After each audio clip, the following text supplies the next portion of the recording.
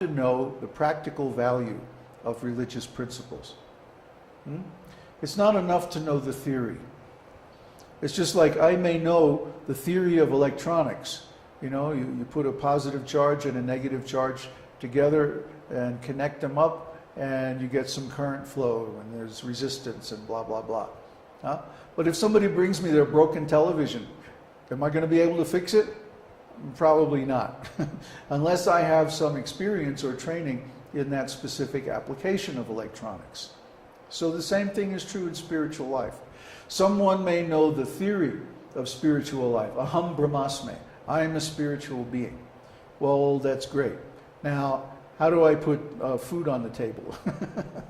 Or how do I decrease my entanglement with material identification? Even better. Or, best of all, how do I develop love of God and get out of this material entanglement completely? That's the process of chanting the holy name, bhakti.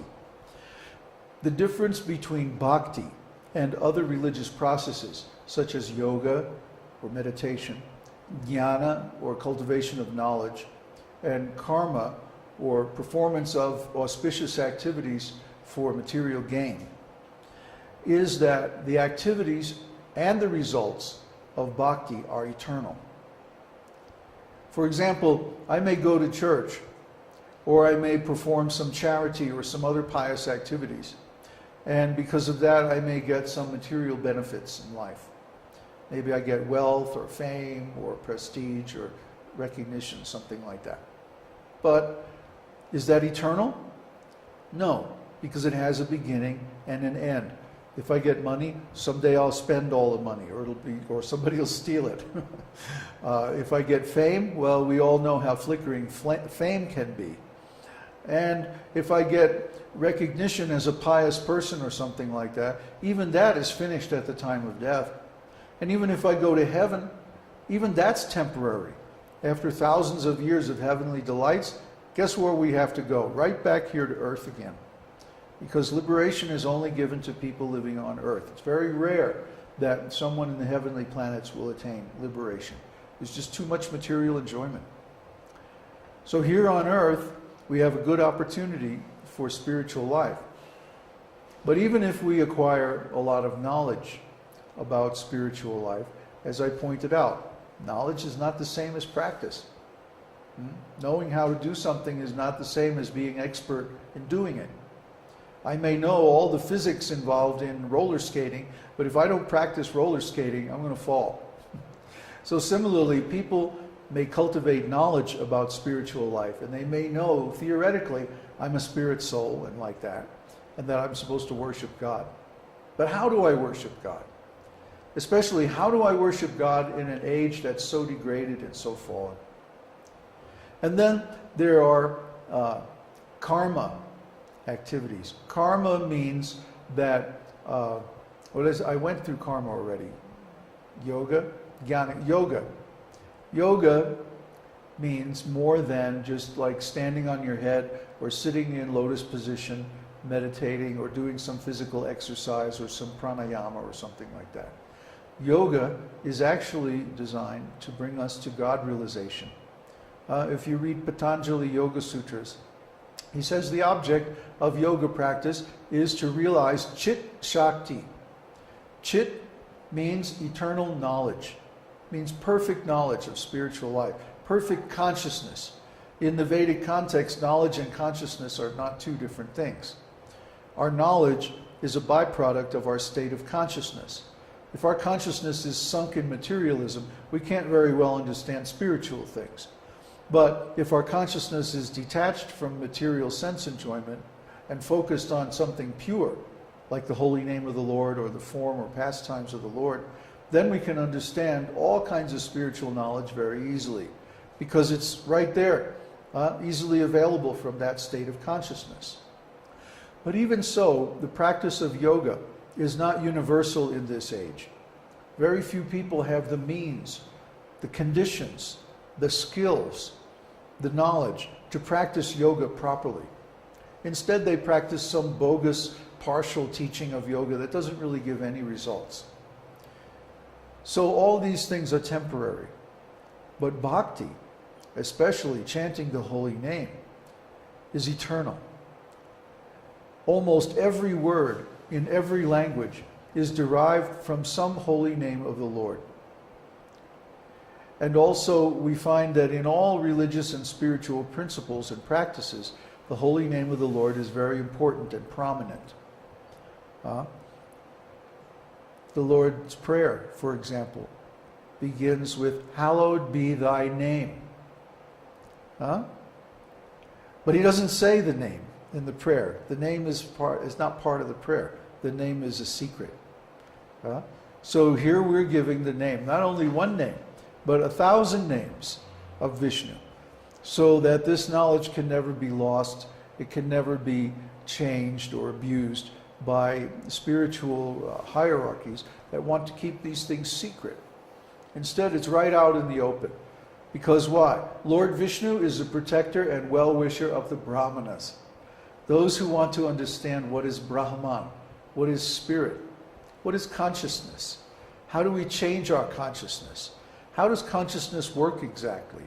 What's the relationship between consciousness and meaning, or consciousness and philosophy, consciousness and religion, so many things, consciousness and the body? A real Brahmana will know all these things. Not only know them theoretically, but practically be able to operate on the level of consciousness. That's a real Brahmana. So as you can understand, real Brahmanas are very rare. But Vishnu, or Krishna, is the protector of the Brahmanas. So he always arranges for the welfare of the Brahmanas, those who are authentic Brahmanas. Now those who are phony Brahmanas, they're in trouble. Because if you pose as a Brahmana or a spiritual teacher, and you're not really qualified, you'll mislead your students.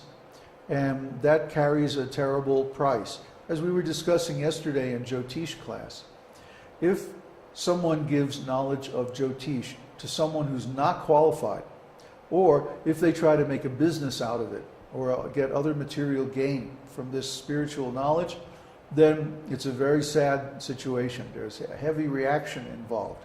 Similarly, a bogus religious leader who can't really deliver his students or disciples to the highest state of God consciousness is really asking for a lot of trouble.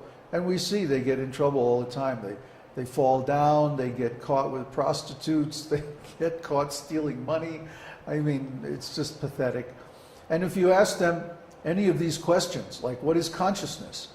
Or how do I change my consciousness to spiritual consciousness? They can't answer you. They don't know. Brahmana, a real Brahmana, will know the answers to all these questions and much, much more.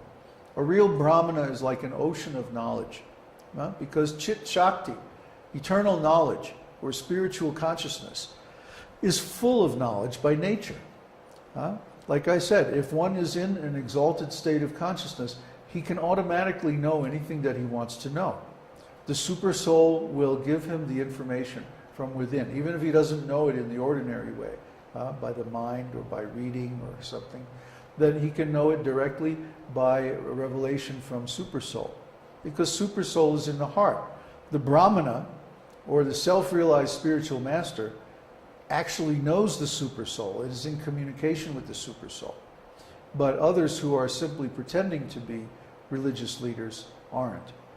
So Lord Vishnu is the protector and well-wisher of the Brahmanas, and he is aware of all principles of religion. Actually, what is a principle of religion? Simply that which pleases God. So whatever God does, whatever God says, and whatever pleases him is automatically religious.